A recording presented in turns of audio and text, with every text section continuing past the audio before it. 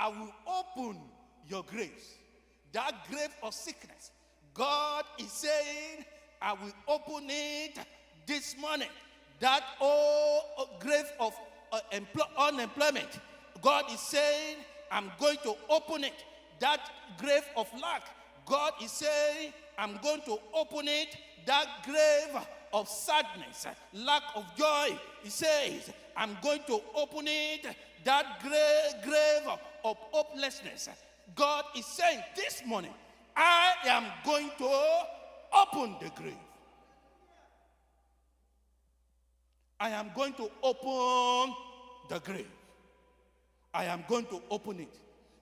Grave of hopelessness. It says, I will open your grave and cause you to come out of your graves and bring you into the land of Israel.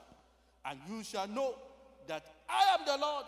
I have opened your graves, O my people, and brought you out of your grave, and shall put my spirit in you. Praise the name of the Lord. I don't know the category you belong to here. Whether the category of saying, oh, our bones are dry up. If we are in that category, I don't know what thing, that thing that has died in you, spiritually, emotionally. But one thing is this. There was the story of Lazarus. Lazarus chapter 11, John chapter 11, from verse 11 to 44.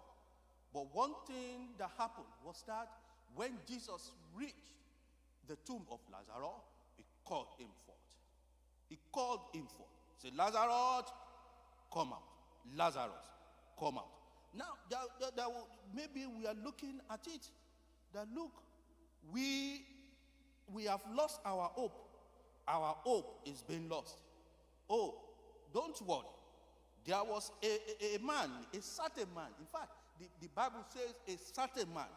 This certain man, let's see John chapter 5. John chapter 5. John chapter number 5. We know this story, the story of a certain man. You know, it is somehow, what will I say now? Whenever they say a certain man, you don't even know this man. You don't know his name. You don't know his name. In chapter 5, from verse 2, now there is at Jerusalem by the sheep market a pool, which is called in the Hebrew tongue Bethesda, having 5 porches.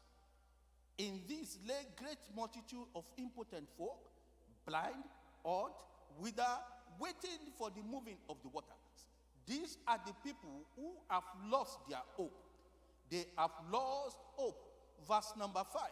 And a certain man was there, which had infirmity 38 years. Oh my God. I don't know how many years that man lived before he died. But in case, maybe he lived 38 times 3, maybe 100 and something. He has spent 1/3 of his life in infirmity. Oh, peradventure, he just lived 76 years. It means 50% of his life was lived in infirmity. 38 good years. 38 years. This man has lost hope. In fact, when Jesus Christ came to him and was asking him, he said, look, I do not have anybody. All hope is lost. I don't know that situation and circumstance that you think all hope is lost. God is telling you this morning, you will rise again. And Jesus, verse 7, the impotent man answered. Okay, let me go to verse 6. When Jesus saw him lie, he knew he had been now a long time in that case. God knows. He knows this since the time you have been passing through that situation.